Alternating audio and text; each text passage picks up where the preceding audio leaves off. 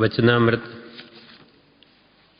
क्रमांक 5 बोध वचन वाक्य 107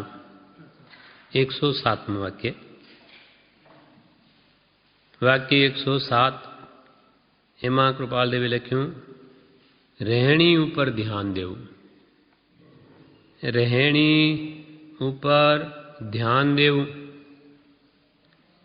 રહેણી એટલે વર્તન, ચારિત્ર, તેના ઉપર ધ્યાન આપવું। કેમ કે કહેણી મિશ્રી ખાંડે પણ રહેણી વિસ્કી વેલ। વાતો બધી કરવામાં કંઈ જોર ન પડે, પણ એ વર્તવાનું હોય એ પ્રમાણે તો બહુ મુશ્કેલ પડે। એટલે બ્રહ્મચારીએ પણ વિવેચનમાં જ કહ્યું કે રહેણી એટલે ચારિત્ર, કહેણી મિશ્રી ખાંડ હે પણ રહેણી વિસ્કી બેલ। કહેવામાં તો કોઈને કંઈ જોર પડતો નથી, પણ તે પ્રમાણે વર્તાવ કરવો હોય તો ભારે પડે છે। એ તો મિશ્રી ખાંડ એટલે ખાંડ મોઢામાં લઈએ તો કેવી મીઠી લાગે, એમ વાતો કરતા તો બધાને આવડે, પણ તે પ્રમાણે વર્તનાર કોઈ વિરલા જ હોય અને કલ્યાણ તેનું જ થાય। પ્રથમ સમ્યક જ્ઞાન મૂળ માર્ગમાં હમણાં બોલ્યા તેમ, પછી દર્શન, એની શ્રદ્ધા, પછી તે પ્રમાણે વર્તન જોઈએ, તે પ્રમાણે જીવનમાં ઉતરવું જોઈએ, તો જે રત્નેત્રની પ્રાપ્તિનું ફળ કેવળનાન આવે છે। તેમ અહીંયા કહ્યું રહેણી ઉપર ધ્યાન આપવું કે તમારું વર્તન કેવું છે, તમારું ચારિત્ર કેવું છે, તેના ઉપર નજર રાખો। ખાલી વાતો એ પ્રભુ શ્રી કે વડા ન થાય, થૂકે પૂંડા ન બંધાય, વાતે વડા ના થાય, પણ પ્રભુ કરવું પડશે, કર્યા વગર કોઈ કાળે નહીં થાય। એટલે રહેણી ઉપર ધ્યાન આપવું એટલે પોતાનો વર્તાવ કેવો છે એના પર ધ્યાન આપવું। એટલે પોતાના ભાવો ઉપર ચોકી રાખવી કે મારું મન ક્યાં જાય છે, કેમ કે બંધ મોક્ષની વ્યવસ્થા તેના ઉપર છે। હવે વાક્ય 108 સ્વદ્રવ્ય અન્ય દ્રવ્ય ભિન્ન ભિન્ન જુઓ। સ્વદ્રવ્ય અન્ય દ્રવ્ય ભિન્ન ભિન્ન જુઓ। સ્વદ્રવ્ય શું છે? આત્મદ્રવ્ય। એ સ્વનું છે, પોતાનું છે, અને એ સિવાય બધા જ પરદ્રવ્યો છે। પછી કે જળ રૂપે હો એટલે કે પૂદગલ રૂપે હો કે ધર્માસ્તિકાયો અધર્માસ્તિકાયો, આકાશ દ્રવ્યો કે કાળ દ્રવ્યો, બધા પોતાના સ્વ આત્મદ્રવ્યથી બધા જ ભિન્ન છે, જુદા છે, પણ હમણાં આપણને એક મેઘ ભાષે છે। જેમ કે આપણો દેહ આ પૂદગલ દ્રવ્યમાં રહેલો શરીરમાં આપણને તો શરીર રૂપ જ ભાષે છે। એ અનાદિનું અજ્ઞાન ચાલ્યું આવે, માટે હવે એને ભિન્ન ભિન્ન કરો। કૃપાલ કે સ્વદ્રવ્ય અન્ય દ્રવ્ય ભિન્ન ભિન્ન જુઓ। કેવી રીતે જોવું? તો કે એના ગુણો વડે જુઓ, ગુણધર્મ વડે જુઓ તો ભિન્ન ભાસ છે। જેમ કે આત્માનો ગુણધર્મ શું છે? ચારિત્ર, જાણવું, દેખવું। જે હંમેશા જાણ કરે તે આત્મા, હંમેશા જો કરે તે આત્મા। આત્મા સિવાય જગતમાં 6 દ્રવ્યોમાંનું કોઈ પણ એક દ્રવ્ય એવું નથી આત્મા સિવાય કે જે કોઈ પર પદાર્થને જાણી શકે કે જોઈ શકે। એટલે આ સ્પેશિયલ અસાધારણ તત્વ છે, અસાધારણ ગુણ છે, જ્ઞાન દર્શન, જે માત્ર આત્મામાં જ છે, એ સિવાય બીજા કોઈ દ્રવ્યમાં નથી। અને હું જાણું છું, હું જોઈ રહ્યો છું, એટલે આત્મ તત્વ જ હું છું। કેમ કે આત્મા વગર તો એવું કોઈ દ્રવ્ય નથી કે જે સ્વને પ્રકાશે ને પરને પ્રકાશે, એવો સ્વપર પ્રકાશક તો એક આત્મા જ છે। એટલે એમ જુદો પાડો। અને શરીર કે કોઈ પણ પૂદગલ એ પોતાને પણ નથી જાણતું। જેમ કે આ પુસ્તક છે તો એ નથી જાણતી કે હું શું છું, કાંઈ એની ખબર નથી। એટલે સ્વને નથી પ્રકાશી શકતી અને પરને પણ નહીં। જ્યારે આત્મા તો સ્વને પણ જાણે અને પરને પણ જાણે, માટે એ સ્વપર પ્રકાશક છે। એ મારું દ્રવ્ય છે, એ જ હું છું. સ્વદ્રવ્ય, પોતાનું દ્રવ્ય શું? તો કે જે જાણું દેખું તે હું. ને જે કોઈ કાળે આ શરીર જાણી શકે નહીં કે જોઈ શકે નહીં એવું તે જળ દ્રવ્ય છે. કોઈ કે હું આંખોથી જોઉં છું, તો આંખો તો મરદાની હોય, જુએ. મગજ પણ હોય મરદાને, પણ એ ક્યાં વિચારી શકે? એટલે જાણનાર જોનાર એ તો આત્માનું ગુણ છે. સમતા, રબતા, ઉદકતા, ઉરદતા, જ્ઞાયકતા, ચૈતન્યતા એ સબ તો જીવ વિલાસ છે. જીવ સિવાય તો કોઈ ચેતનતા છે નહીં કે જ્ઞાયક તત્વ પણ નથી, સુખાભાસ પણ એને છે. માટે આત્મા સિવાય જડમાં ગુણો જ નથી.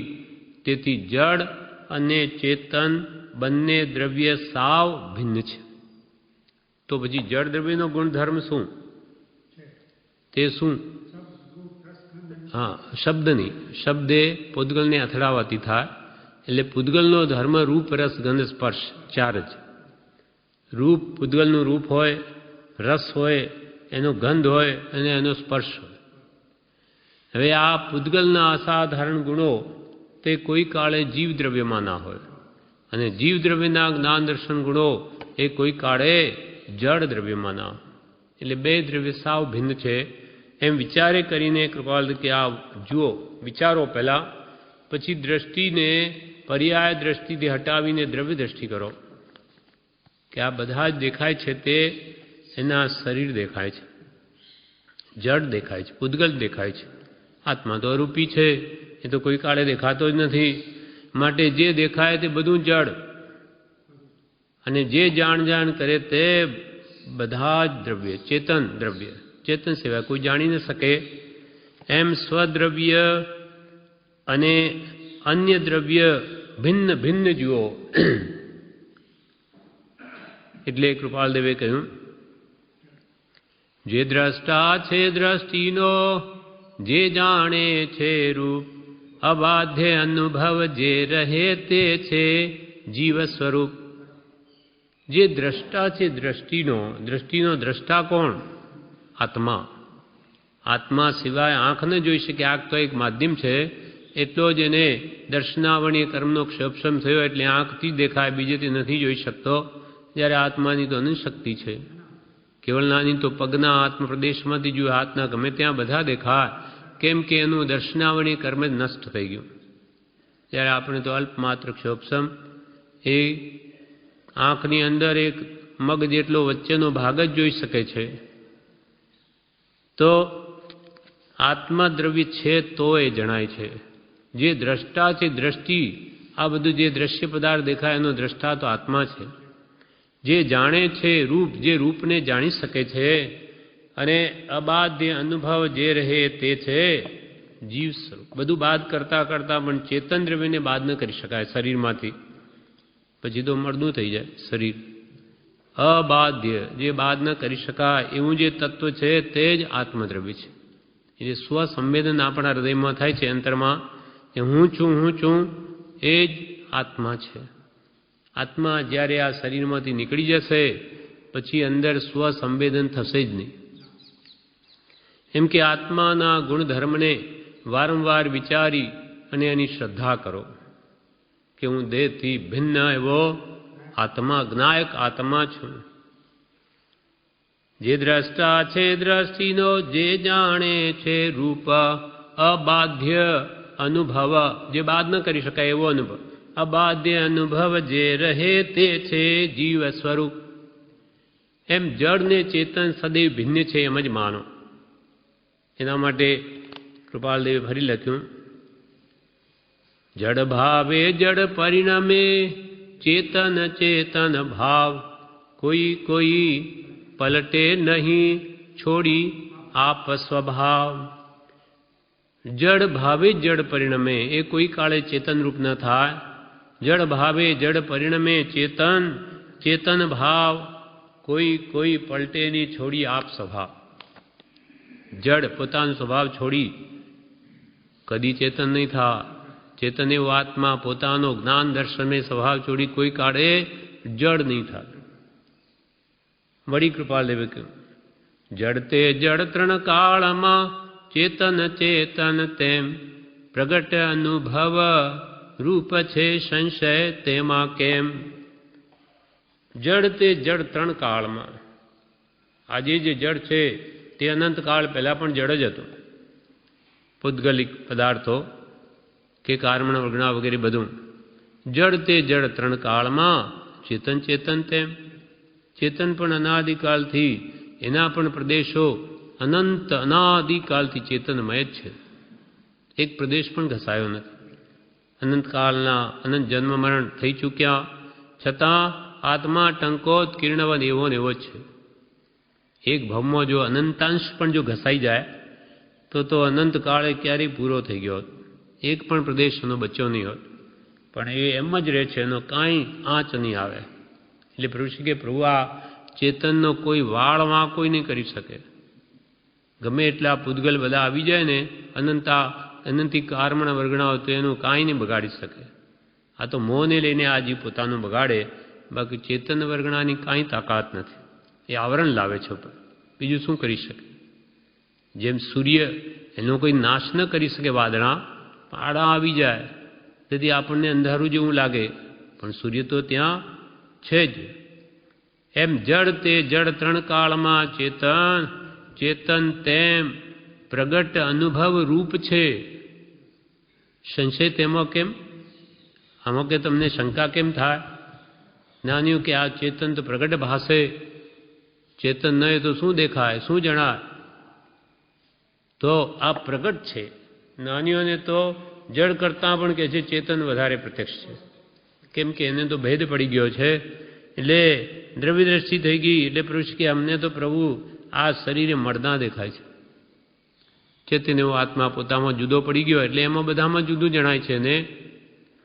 એમ સ્વદ્રવ્ય અને સ્વદ્રવ્ય અન્ય દ્રવ્ય ભિન્ન ભિન્ન જુઓ. કૃપાલથી કે સ્વદ્રવ્યને જુદું જુઓ અને પરદ્રવ્યને પણ જુદું જુઓ. એવી દ્રષ્ટિ કેળવો. એકદમ વાત નહીં ઉતરે. અનાદિનો અભ્યાસ જડને ચેતન માનવાનો છે, ચેતન જડ રૂપ માનવાનો છે. ચેતન જાણે જડ રૂપ બની ગયું. શરીર શરીર તે આત્મા, આત્મા એ શરીર, એવું શેડ ભેળ થઈ ગયું છે. એટલે અભ્યાસે કરીને હવે એને જુદી જોવાની દ્રષ્ટિ કેળવો. સ્વદ્રવ્ય અન્ય દ્રવ્ય ભિન્ન ભિન્ન જુઓ. કેમ કે જડ ચેતનનો ભિન્ન છે કેવળ પ્રગટ નહીં પેલો આ કાવ્ય આપણે જડ ને ચેતનને બંને ભિન્ન. હા, જડ ને ચેતન્ય બંને દ્રવ્યનો સ્વભાવ ભિન્ન. સુપ્રતીતપણે બંને જેને સમજાય છે. સ્વરૂપ ચેતન નિજ જડ છે સંબંધ માત્ર, અથવા તે જ્ઞેય પણ પર દ્રવ્ય માય છે. જડ ને ચેતન્ય બંને દ્રવ્યનો સ્વભાવ ભિન્ન. નાની અનુભવી માટે કે છે જડ ને ચેતન બંને દ્રવ્યનો સ્વભાવ જ જુદો છે. ભલે ને દૂધ અને પાણીની જેમ એકમેક એક સ્થાને રહેલા છે, છતાં પણ બે જુદા જ છે. દૂધ અને પાણી જુદા છે. આપણને તો દૂધમય દેખાય બધું, પણ એને ઉકાળીએ ઘણું તો પાણી વરાળ થઈને બધું બહાર આવી જાય. અને ભેગું કરીએ ઉપર એવું રાખીએ તો એને એના ટીપાએ ભેગા કરીને પાણીને ભેગું કરી શકાય અને દૂધની મલાઈ બની જાય અથવા ઘાટું પાવડર બની જાય. બે જુદા હતા તો જુદા થયા, જુદા નહીં હોય તો કોઈ કાળે નહીં થાય. એમ ચેતનને આત્મા જુદા છે તો જ્યારે આત્મા આમાંથી ચાલ્યો જાય છે ત્યારે આ દેહ સડવા માંડે છે. કીડા પડવા લાગે એટલે તરત જ એનો અગ્નિ સંસ્કાર કરીએ છીએ. બે જુદા છે તો જુદા થયા, જુદા ન હોય તો કોઈ કાળે નહીં થાય. જડ ને ચૈતન્ય બંને દ્રવ્યનો સ્વભાવ ભિન્ન, પણ સુપ્રતીતપણે જેને બંને સમજાય, શ્રદ્ધાપૂર્વક જેને આ વાત સમજાઈ જાય તેને તો સ્વરૂપ ચેતન નિજ ભાસે કે એમાં હું બોલું, હું જાણું, હું સમજું એનાથી તો હું ચેતન દ્રવ્ય છું, જળ દ્રવ્ય નહીં. જળ ને ચેતન્ય બંને દ્રવ્યનો સ્વભાવ ભિન્ન, સુપ્રતીતપણે બંને જેને સમજાય છે, તેને સ્વરૂપ ચેતન નિજ જડ છે સંબંધ માત્ર. આ જળનો તો મારી સાથે સંબંધ થયો છે, સંબંધ થયો તે સ્વરૂપ ચેતન નિજ જડ છે સંબંધ માત્ર, અથવા તે જ્ઞેય, અથવા જળ દ્રવ્ય તે જ્ઞેય દ્રવ્ય છે, તે જ્ઞાનમાં જણાય છે, અથવા તે જ્ઞેય પણ પર દ્રવ્યમાં. એ મારું સ્વદ્રવ્ય નથી. જે કંઈ પણ મારા આત્મામાં જણાય એ તો પૌદ્ગલિક દ્રવ્ય છે, પરદ્રવ્ય છે, સ્વદ્રવ્ય નથી. એટલે કૃપાલ કે હવે સ્વ અને પરનો ભેદ પાડતા શીખો, અભ્યાસ કરો, જાણીને એ દ્રષ્ટિ કેળવો. સ્વદ્રવ્ય અન્ય દ્રવ્ય ભિન્ન ભિન્ન જુઓ. એ એકદમ ન જણાય, કેમ કે અનાદિકાળનો અભ્યાસ છે. પણ અભ્યાસ એ સર્વસિદ્ધિ છે. કરત કરત અભ્યાસ કે જડમતી હોત સુજાન, રસરી આવત જાત તે શીલ પર પરત નિશાન. અભ્યાસ એવી વસ્તુ છે કે સૂતરની દોરી પણ પથ્થર પર વારંવાર ઘસાય તો એ પથ્થરને કાપો પાડી દે, એને કાપી નાખે છે રૂ. પણ વારંવાર એનો અભ્યાસ છે દોરી. પહેલાંના કૂવા ઉપર આપણે પહેલાં જોયેલા છે, લાકડાના ચોકઠા કૂવા પર થતા કે પથ્થરો, એ પણ પેલી ડોલને બહાર કાઢે, દોરી તો સૂતરની હોય, પણ એ ઘસાઈ ઘસાઈને ત્યાં પથ્થરમાં કાપો પડી જાય, કે હજારો વાર ત્યાં ઘસાય. તે ભલે ને અનાદિકાળનું અજ્ઞાન રહ્યું, એકદમ ચેતનનો ખ્યાલ ના આવે, પણ આત્મભાવના ભાવતા સજાત્મ સ્વરૂપનું રટણ, એનું ચિંતન કરતાં જરૂર એને આત્મદ્રષ્ટિ ખુલે છે અને આ દેહાધ્યાસ દૂર થાય છે. અને ન થતો હોય તો કોઈ કાળે પછી તીર્થંકરો એ સંપૂર્ણ શુદ્ધ દશાને પામી જ ન શકે. ભગવાન તીર્થંકરો તો પાર્શ્વનાથ કે મહાવીર સ્વામી તો આપણા કરતા પશુઓની માતા, ત્યાંથી એ સમ્યક દાન પામીને આગળ વધીને કેવળ નાન લઈ તીર્થંકર સુધી પહોંચી ગયા. તો પછી મહાપુરુષો કે તું તો મનુષ્ય છું, કેમ ન સમજે? સુલझे पशु उपदेश सुन सुलझे क्यों न पुमान, नाहर से भय वीर जिन गज पारस भगवान.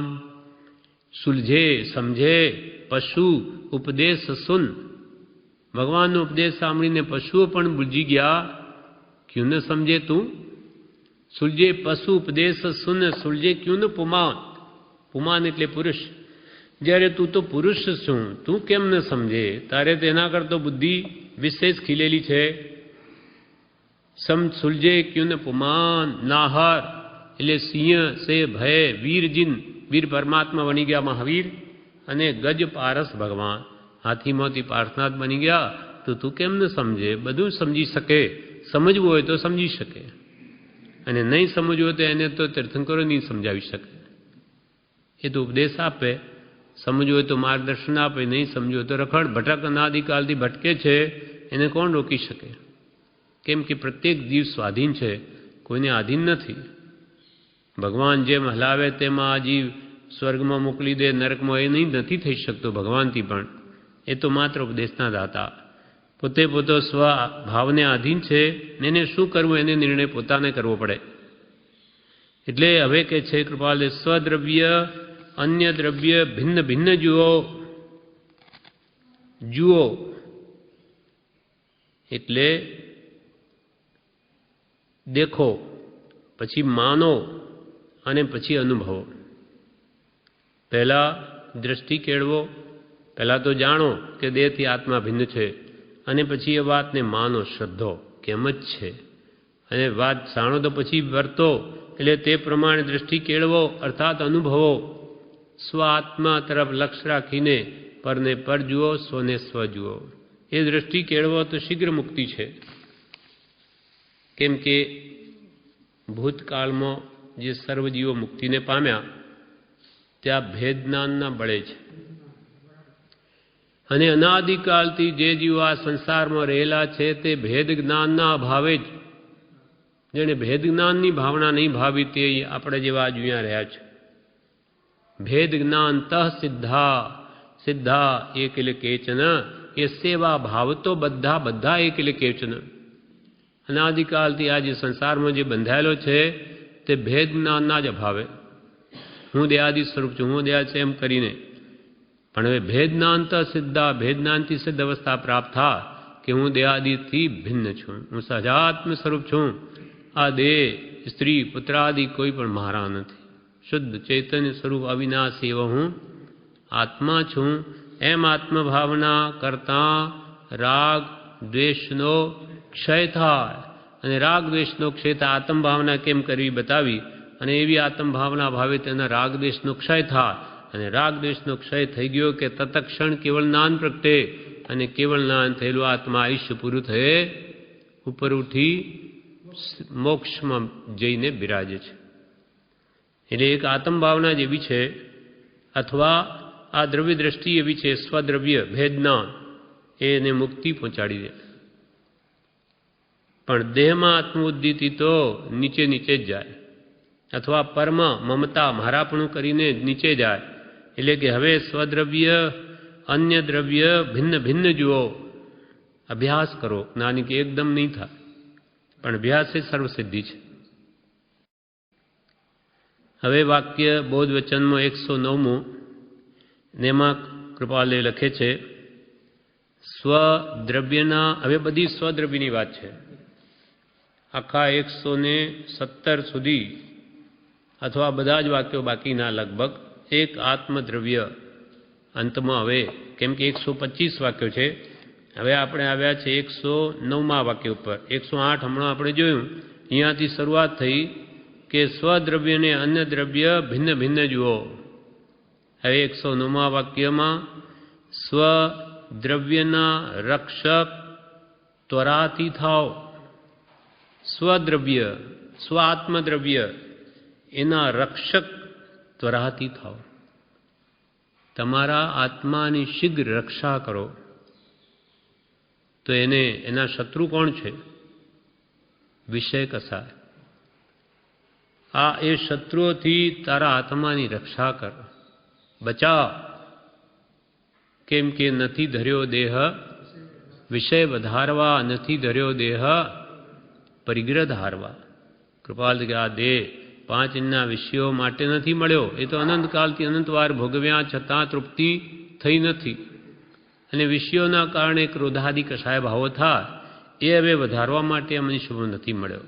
અતિ દુર્લભ, દેવ દુર્લભ, 10 દ્રષ્ટાંતે દુર્લભ. બહુ પુણ્ય કર્યા પુણ્યથી જે માનવ દેહ મળ્યો, હવે એને આત્માર્થમાં જ ઉપયોગ કરો. એટલે તમારા આત્માની આ મહાશત્રુઓથી રક્ષા કરો. સ્વદ્રવ્યના રક્ષક ત્વરાથી થાવ. એટલે વિષય કસાના ભાવોથી પોતાના આત્માની શીઘ્ર રક્ષા કરો. રે આત્મતારો આત્મતારો શીઘ્ર એને ઓળખો.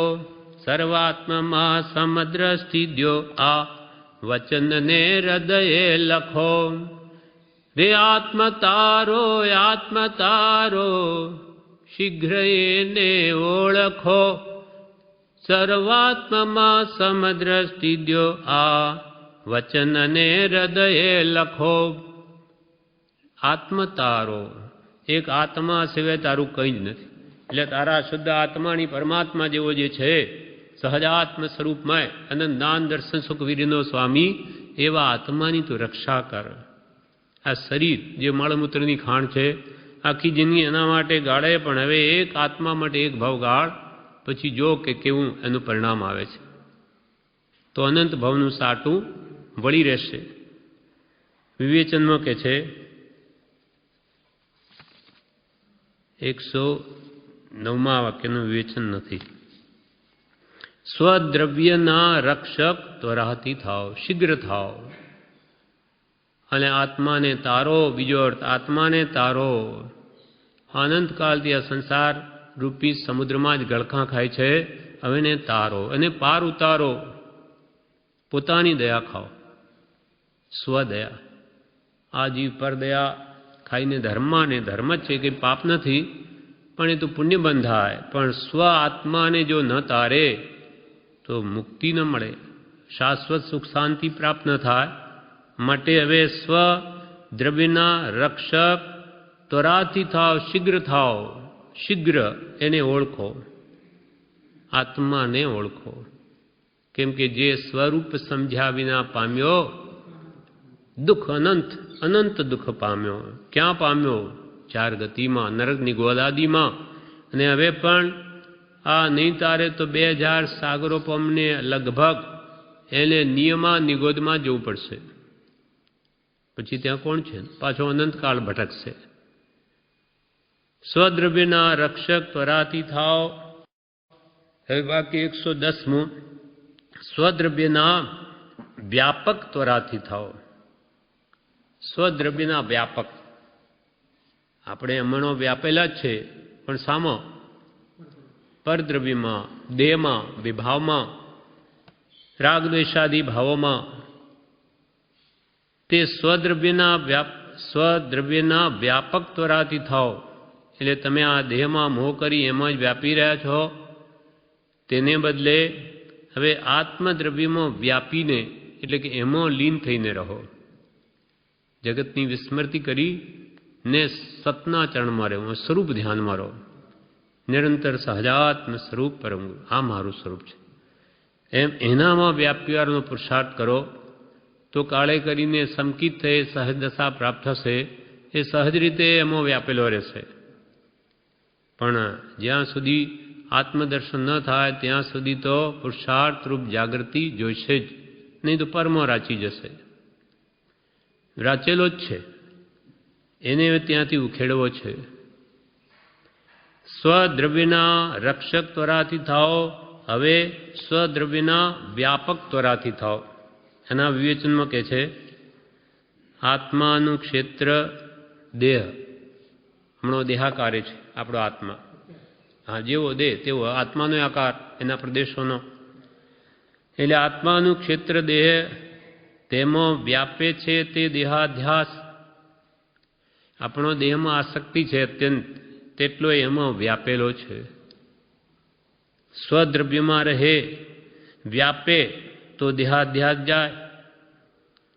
સ્વદ્રવ્યમાં રહે, પોતાના સ્વરૂપનું ચિંતન, ધ્યાન, મનન, નિધિધ્યાસન એમાં જ રહે તો આ દેહાધ્યાસ જાય.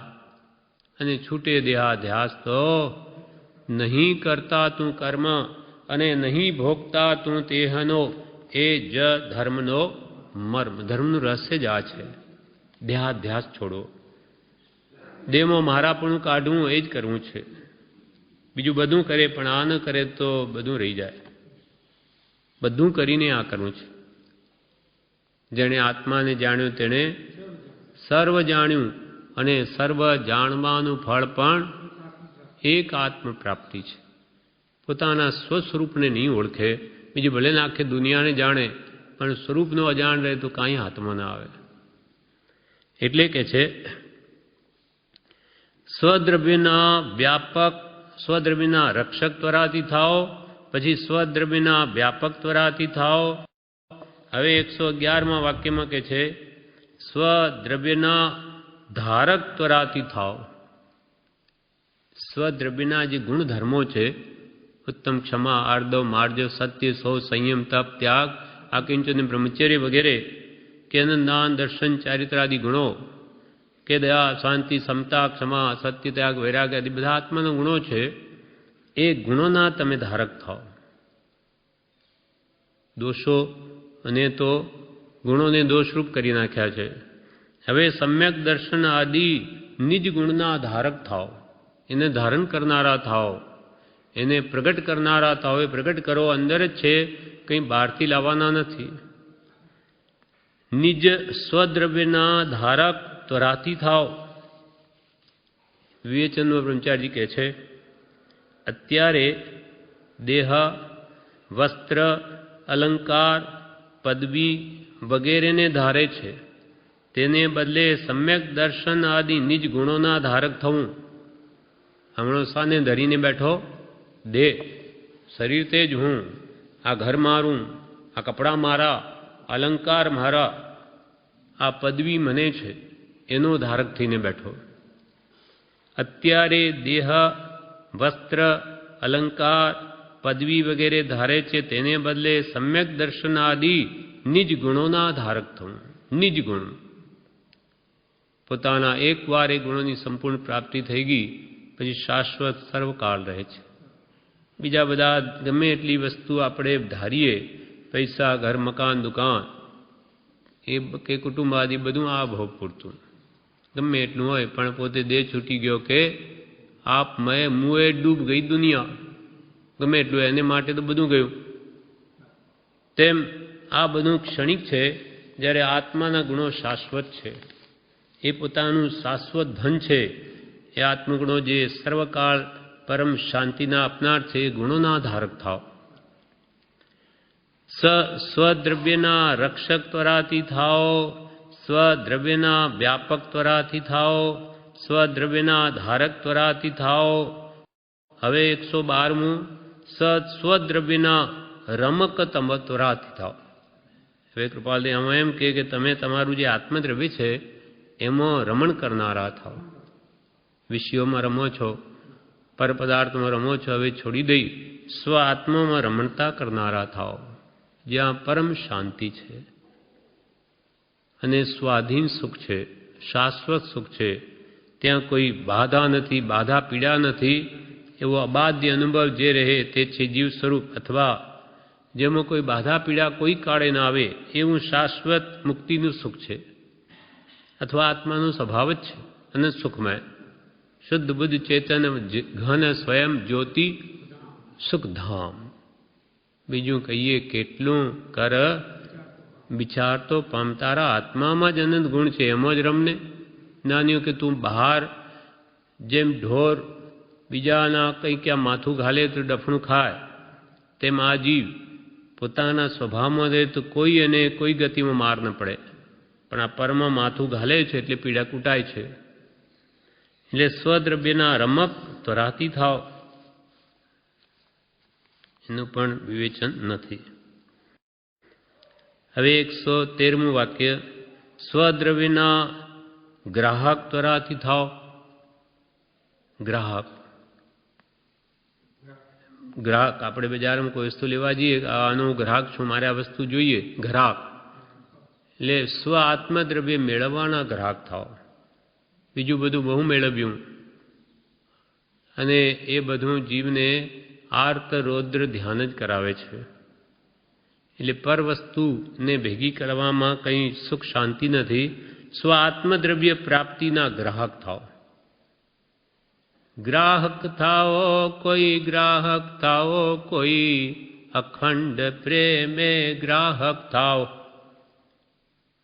માધવલ્યો પ્રભુશ્રીયા બોલેલું પદ આબુમાં. માધવલ્યો હરે કોઈ, માધવલ્યો કોઈ, અખંડ પ્રેમે માધવલ્યો. હે મહિની મટુકીમાં માધવને ઘાલી. માધવ એટલે શ્રી કૃષ્ણ. મહિની મટુકીમાં માધવને ઘાલી, ગોપીજન લટકે વેચવા ચાલી. હે ગ્રાહક થાઓ કોઈ, અચળ પ્રેમે ગ્રાહક થાઓ કોઈ, અખંડ પ્રેમે ગ્રાહક થાઓ. આ શુદ્ધ ચૈતન્ય સ્વરૂપમય અને સુખનું ધામ એવો તમારો આત્મા, એને મેળવવા માટેના કોઈ ગ્રાહક થાઓ. શ્રી કૃષ્ણ એટલે શુદ્ધ આત્મા. એ તો ક્ષાયિક સમ્યક દર્શનને પામેલા છે, એટલે કે કોઈ ગ્રાહક તો થાવ. કોઈ અચળ પ્રેમે એ માધવને મેળવવાના ગ્રાહક થાવ. સ્વદ્રવ્યના ગ્રાહક ત્વરાથી થાવ, શીઘ્ર થાવ. કેમ કે એક ક્ષણનો ભરોસો નથી કે બીજી ક્ષણે આપણો આત્મા અહીંયા હશે કે નહીં, કાંઈ ભરોસો નહીં. એટલે ગૌતમ સ્વામી જેવાની ભગવાન મહાવીર કહે કે હે ગોયમાં સમય ગોય મા પમા. હે ગૌતમ એક સમય માત્રનો પણ પ્રમાદ ન કર, કેમ કે ક્યારે આ દેહ છૂટી જશે કાંઈ ભરોસો નથી. અને બધું જ જો નહીં કર્યું બધું અહીંયા જ રહી જશે. આ મેળવેલું તો અહીંયા, અને ખાલી હાથે તું જઈશ. ભક્તિનું ભાથું સાથે ભરી લે, શ્રદ્ધા વડે સમકીત કરી લે. મળ્યા શ્રીમદ ગુરુ રાય, ભાઈ તારી જિંદગી ચાલી જાય. મળ્યા શ્રીમદ ગુરુ રાય, ભાઈ તારી જિંદગી ચાલી જાય. જિંદગી જઈ રહી છે, ક્ષણ ક્ષણ કરતા અનંતકાળ વહી ગયો, છતાં સિદ્ધિ થઈ નહીં, છતાં અહીંયા બેઠો છે. હજી ક્ષણ એક સમય વીતે છે. આપણે સેકન્ડ કહીએ, સેકન્ડના તો પાછા અસંખ્યાત સમય થઈ જાય. એને અસંખ્યાત ભાગનો એક સમય છે. એમ સમય જતો, ક્ષણ જતો એવા અનંત કાળ વહી ગયા. કેમ કે જે આત્માની કોઈ કાળે આદિ જ નથી, શરૂઆત જ નથી, કેટલો બધો કાળ થયો હોય, એ છતાં પણ આપણે હજુ અહીંયા છે. અને હજુ સ્વસ્વરૂપનો લક્ષ થતો નથી કે એ જ લક્ષ્યમાં રાખીને નિરંતર આરાધના ન થાય તો આ યોગ પણ એળે જાય. બધા અનંતકાળના યોગ નિષ્ફળ ગયા તો આ નહીં જઈ શકે કે કૃપાળને મળ્યા એટલે એ જ બધું કરી દેશે. એ કરી દેતા હોય તો આપણને પૂછવાની જરૂર નહીં, એ જ કરી જ દે. તો ક્યારનું એ ભગવાન તીર્થંકરોએ કરી દીધું હોત. એમ તો આખા જગતને તારવું હતું, પણ તારી શક્યા નથી બનતું. એટલે પ્રભુશ્રી કે કરશે તારો ભાવ, કરવું પડશે તને, કે જોર તો જણનારીને કરવું પડશે. પ્રભુશ્રી કહે પછી ઉપર રહેલા શું કરે? તેમ આપણને જ્ઞાનીઓ તો ઉપદેશ આપે, પણ એ બીજું કંઈ કરી ન શકે. સ્વદ્રવ્યના ગ્રાહક ત્વરાથી થાવ. 114મું વાક્ય. સ્વદ્રવ્યની રક્ષકતા ઉપર લક્ષ રાખો. સ્વદ્રવ્ય આત્મદ્રવ્ય. હંમેશા આત્મદ્રવ્યની રક્ષકતા એટલે એની સંભાળ ઉપર ધ્યાન રાખો. એટલે કે સ્વરૂપનું વિસ્મરણ કરોમાં, સ્વરૂપને ભૂલો જ નહીં. કેમ કે ક્ષણ ક્ષણ ભયંકર ભાવ મરણે કાં હો રાચી રહો. ક્ષણે ક્ષણે પ્રતિ સમયે આપણો આત્મા અનંત કર્મનો વ્યવસાય છે, એનો ધંધો ચાલુ છે. શું? કર્મ બાંધવાનો. સમયે અનંત કારમણ વર્ગડાઓને આ ગ્રહણ કરે, એથી ઓછું નથી ગ્રહણતો, એમ કે છે. એટલે કે છે સદ્રવ્યની રક્ષકતા ઉપર લક્ષ રાખો. હવે તો આ આત્મા દ્રવ્ય જે તારું પોતાનું સ્વરૂપ છે એના તરફ ધ્યાન રાખ, એની રક્ષા કર. એટલે કે એને કદી વિસ્મરણ કરમાં, નિરંતર સ્મરણમાં જ રાખ. એટલે આ મંત્રનું નામ પણ સ્મરણ, કે જેનું કદી વિસ્મરણ ન કરું. સહજાત્મ સ્વરૂપ, હું શુદ્ધ આત્મ સ્વરૂપ છું, સિદ્ધ જેવો, પરમ ગુરુ જેવો એવો હું છું. એ ભાવ કે છે દ્રઢ કરો. સ્વદ્રવ્યની રક્ષકતા ઉપર લક્ષ રાખો. પછી 115મું વાક્ય. હવે આટલી વાત તો સ્વદ્રવ્યની કરી. હવે પરદ્રવ્ય. પરદ્રવ્યની ધારકતા ત્વરાથી તજો. એટલે પરદ્રવ્યને પ્રત્યે ધરણ કરવાની જે મમતા છે, મૂર્છા છે, મોહ છે, એને શીઘ્ર તજો. સ્વભાવ પ્રાપ્ત કરવાની તીવ્રતા રાખો, અને આ પરભાવ પ્રત્યેની મમતા મૂર્છાનો પણ શીઘ્રપણે ત્યાગ કરો. કેમ કે અનાદિકાલથી મારાપણાથી જ બંધાયો છે. મમતાથી બંધાય છે નિર્મમ જીવ મુકાય, યાતે ગાઢ પ્રયત્ન સે નિર્મમ કરો ઉપાય. હું નિર્મમત્વ ભાવમાં ક્યારે આવું, કેમ આવું, એનો કે છે ઉપાય કરો. કેમ કે આપણો આત્મા મારાપણાથી જ બંધાયો છે. હું ને મારું, અહંભાવને મમત્વ ભાવ, તે નિવૃત્ત થવાને અર્થે જ્ઞાની પુરુષા 6 પદની દેશના પ્રકાશ. જ્ઞાનીઓએ કીધું હું પણ મારા પર કાઢ, એટલે હું નહીં ને મારું નહીં. એટલે હું દેહાદિ સ્વરૂપે નહીં, દેહ શ્રી પુત્રાદિ આદિમાં આખું વિશ્વ જ્યાં જ્યાં મોહ છે તે બધું મારું કાંઈ જ નહીં. આ જગતનો એક અનંતમાં પરમાણુ પણ મારો નહીં. એવો ભાવ વારંવાર વિચારીને કે જે દ્રઢ કરી દો, તો કાલે મરણનો સમય આવશે તે વખતે બધું મૂકવું જ પડશે, ચિંતા નહીં થાય. પહેલાંથી જ વિચારું લેશે કે મારું કંઈ છે જ નહીં, ભય નહીં લાગે ને મારું કંઈ જતું જ નથી, મને શું ચિંતા. મારું માન્યું હોય તો દુઃખ થાય ને, માનેલું છે જ.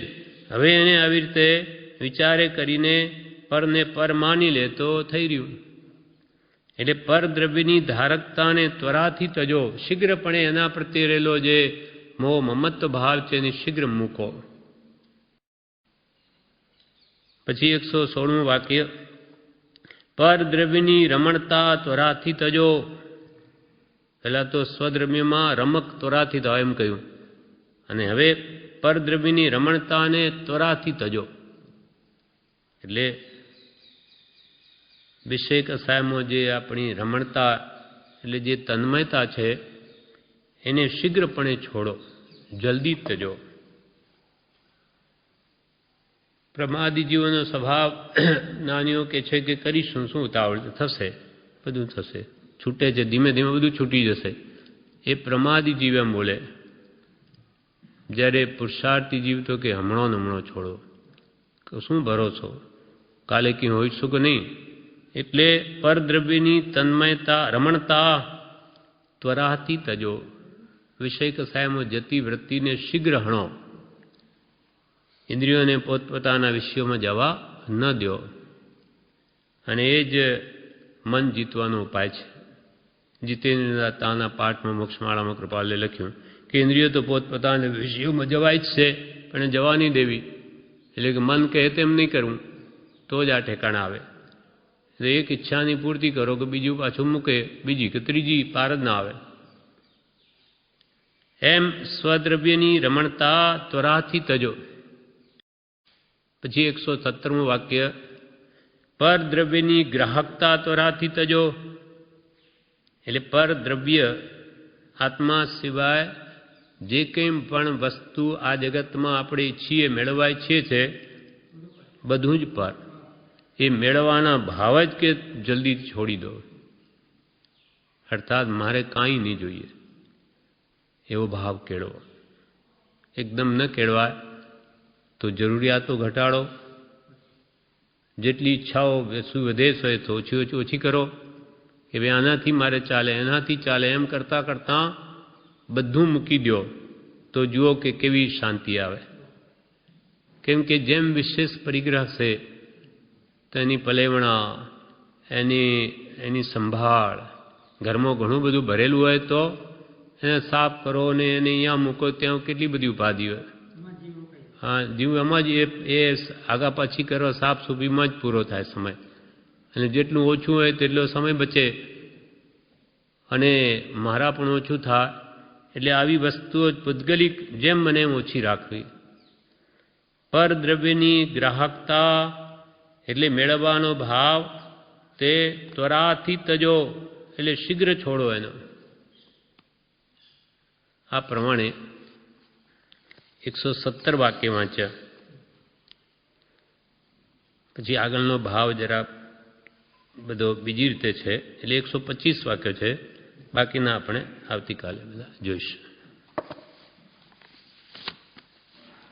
એટલે એમાં કૃપાલદેવી આત્મદ્રવ્યની મુક્તા આપી અને પરદ્રવ્ય પ્રત્યેનો રાગ છોડો અને સદ્રવ્ય આત્મદ્રવ્યને ઉપાસો, એના આત્મભાવને દ્રઢ કરો એ બતાવ્યું. વિશેષ આપણે આવતીકાલે